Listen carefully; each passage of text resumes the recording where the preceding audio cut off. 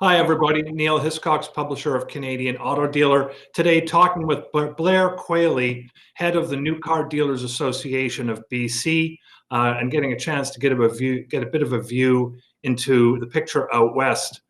Blair, this whole thing, the impact of the pandemic really unfolded in a way that had a direct connection with you and I. I was very eagerly looking forward to coming out and moderating a panel at the Vancouver Auto Show between Roger Penske and Jim Pattison. And frankly, the chance to have a chance to pick those two brains was something I was very much looking forward to. The pandemic changed those plans. It's changed all kinds of plans. Give us a bit of a sense of the picture out west, what you're hearing from dealers in terms of key ideas, concerns, the kinds of things they're doing, the kinds of things they're looking for from you and the association. Well, Neil, thanks for the opportunity to visit today. And yes, it was not that long ago, we were all excited about welcoming everybody to the 100th anniversary of the Vancouver International Auto Show. But of course, we had to make the decision we had to make a couple of weeks out from the show. We were all looking forward to that big celebration, and we've had a lot of disappointed people, but it was the right decision to make. And we'll invite Mr. Penske and Mr. Pattison back when we're able to put on the 100th show. We said it was postponed, and we mean it. It's postponed until we're in a position to do that. But yeah, it was a heck of a way to sort of kick off this whole period of time. But we quickly shifted our focus on, how do we support the dealers through this process? And the thing that seemed most important early on was providing information and providing a tool for dealers to quickly access and sift through the information that was coming at them. Like, I think I've heard people describe it as a fire hose. So early on, we started a daily update to the members. And, we've always tried, like every other provincial dealer association, not try and bury our dealer members in emails, but this was an extraordinary situation. And there were so many questions and such a desire for information that we just simply said, look, this is going to be the #1 priority, aside from the work that we'll need to do with government around all of the policies and subsidies and other things, is to make sure we find a way to gather that. So we set up a website portal, a special dashboard for the dealers around the information, and we started daily updates with everything from supplier updates and information to what's coming from government, all three levels, local, even municipal updates, the provincial health officers, sort of transcript of her key things, because dealers and turns out their employees were very hungry for as much information and to understand what they could. So simplifying it, making it in bite-sized pieces and something they knew every day would come at the end of the day was really important. It's interesting in looking at certainly one of the things I think I've been impressed with through this period is the level of collaboration and cooperation we've seen between the federal government, the provincial governments, even down at the municipal level. I would say perhaps better than some other jurisdictions that might come to mind. And at the same time, it appears that in a couple of ways, BC's got a bit of a leadership opportunity. One, from a stats standpoint, you guys seem to be having a fair bit of success in flattening the curve. It also seems like your provincial health minister has emerged as a little bit of a news video star, and I think the level of transparency and empathy that she's bringing to her reports is actually resonating right across the country. Maybe talk a little bit about what you're seeing in terms of where BC sits in the mix of all that's going on. Well, I think you were referring to Dr. Bonnie Henry, who is our provincial health officer. Yeah. Adrian Dix, Minister Adrian Dix, is our health minister. But okay. Yeah, I mean, Bonnie Henry has a Facebook fans page, and people are selling T-shirts with her image on it, and she's turned into a bit of a rock star, as frankly has Minister Dix.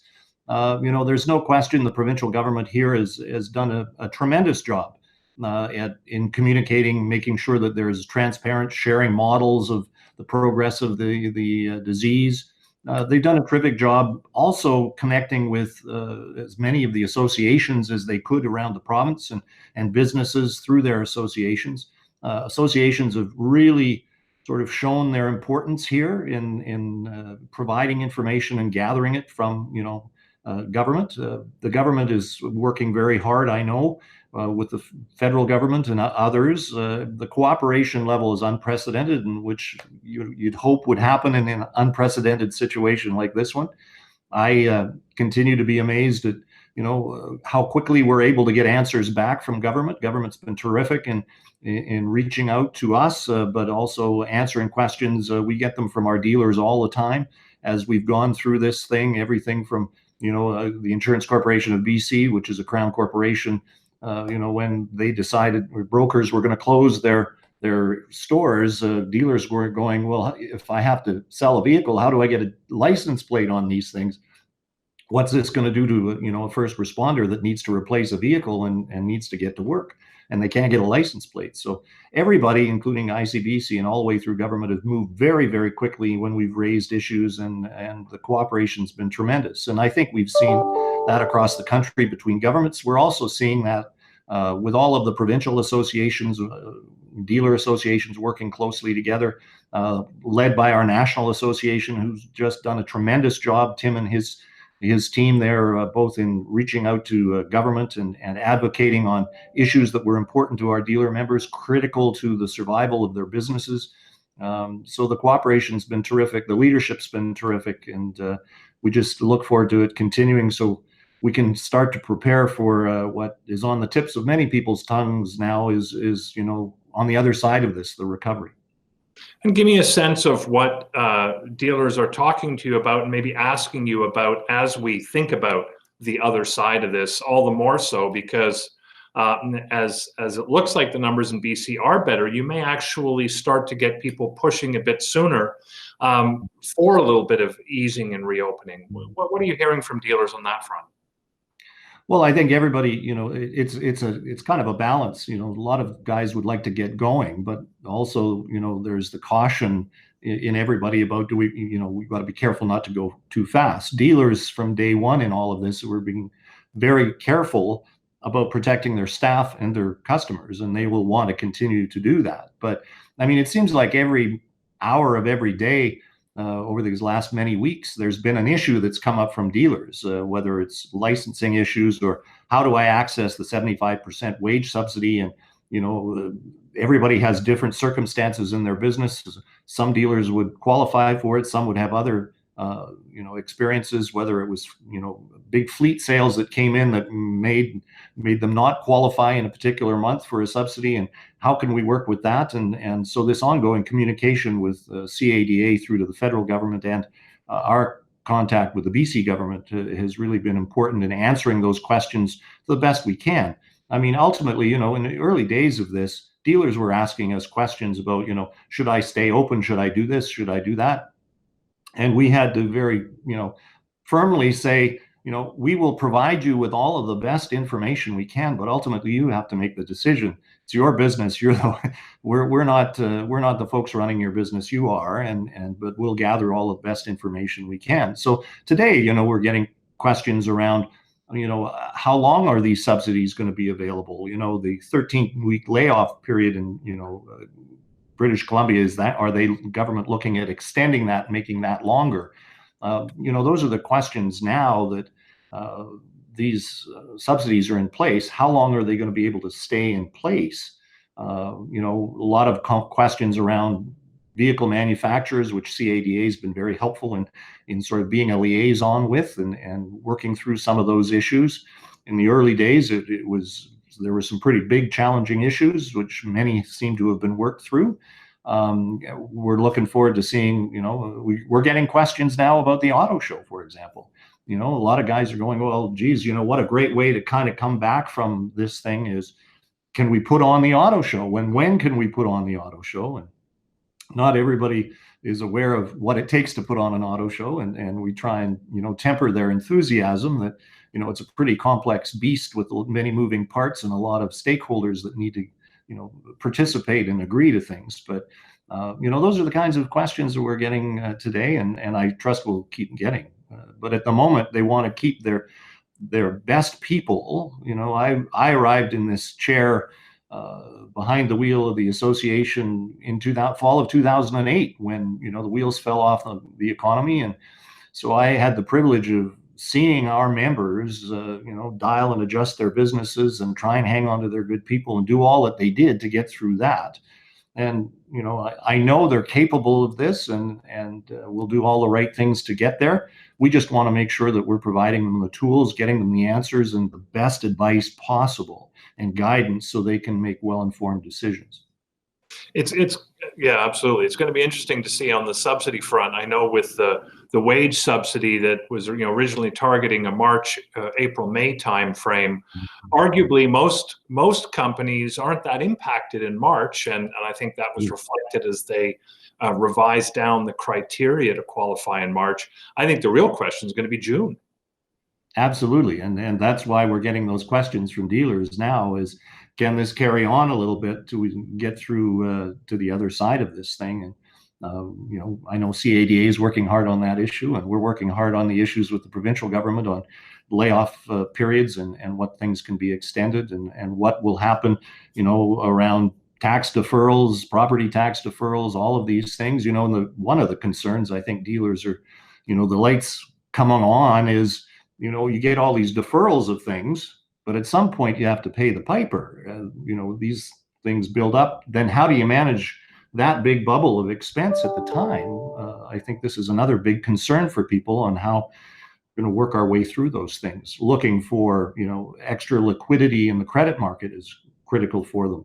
What's that going to look like? What are we going to see in terms of understanding on the part of vehicle manufacturers and other key stakeholders? So lots of big questions still to come through this thing.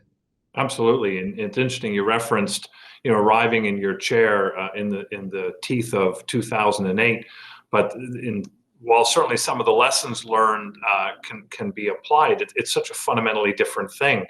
There's access to capital for now. There is liquidity. There's no demand, and this can't be for a while. So it'll be interesting to see. And you're right. There is a risk that everything gets kicked down the road, and then it all shows up at the door in a very condensed period of time. Talk a little bit about the auto show. I mean, you're right. It's a huge undertaking. There's no way you can plan for a date because we just don't know how long this is going to take. How much lead time do you realistically need, and what is a realistic possible scenario for the auto show? Well, there's, the lead times are pretty significant. So under a normal circumstance, we'd be talking to the vehicle manufacturers in the fall and looking for their commitments on space for the coming March show. So that would still, I guess, hold if we're hoping that we might do a March show.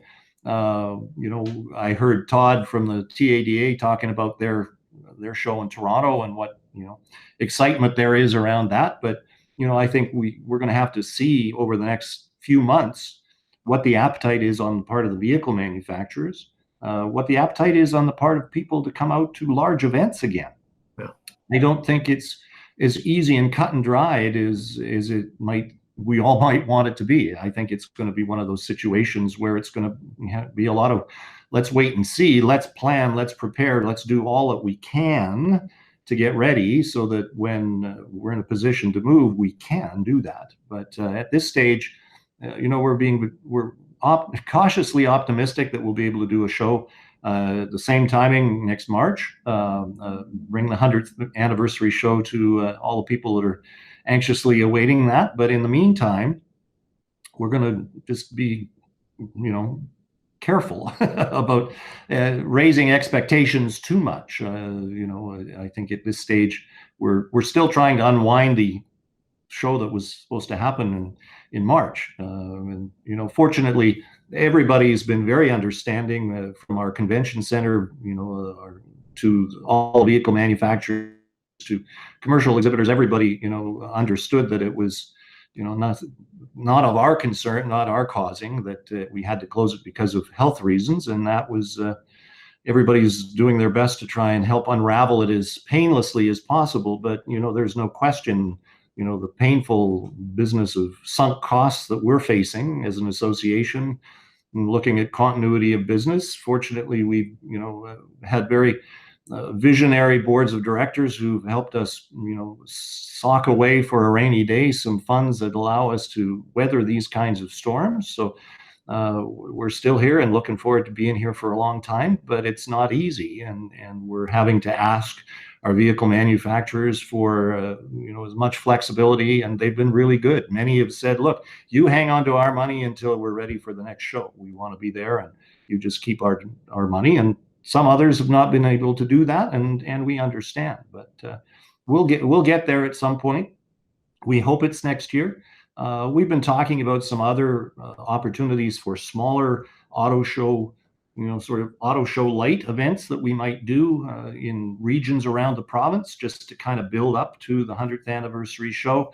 But again, Dr. Bonnie Henry is the boss and driving all of this around what you can do and what you can't do. And I think, in the meantime, we're going to continue to provide the support to the dealers around information and answer their questions, or try and get answers for their questions as quickly as we can, and help support them and guide them. And, many of them are doing some incredible work in the community right now. A lot of dealers are out, delivering food to their, local hospitals and healthcare workers. They're donating vehicles, they're donating masks, they're doing all these great things that dealers are, renowned for in their local communities. So just as I saw in 2008, it was important for them to hang on to their good people, but also to try and meet their community commitments.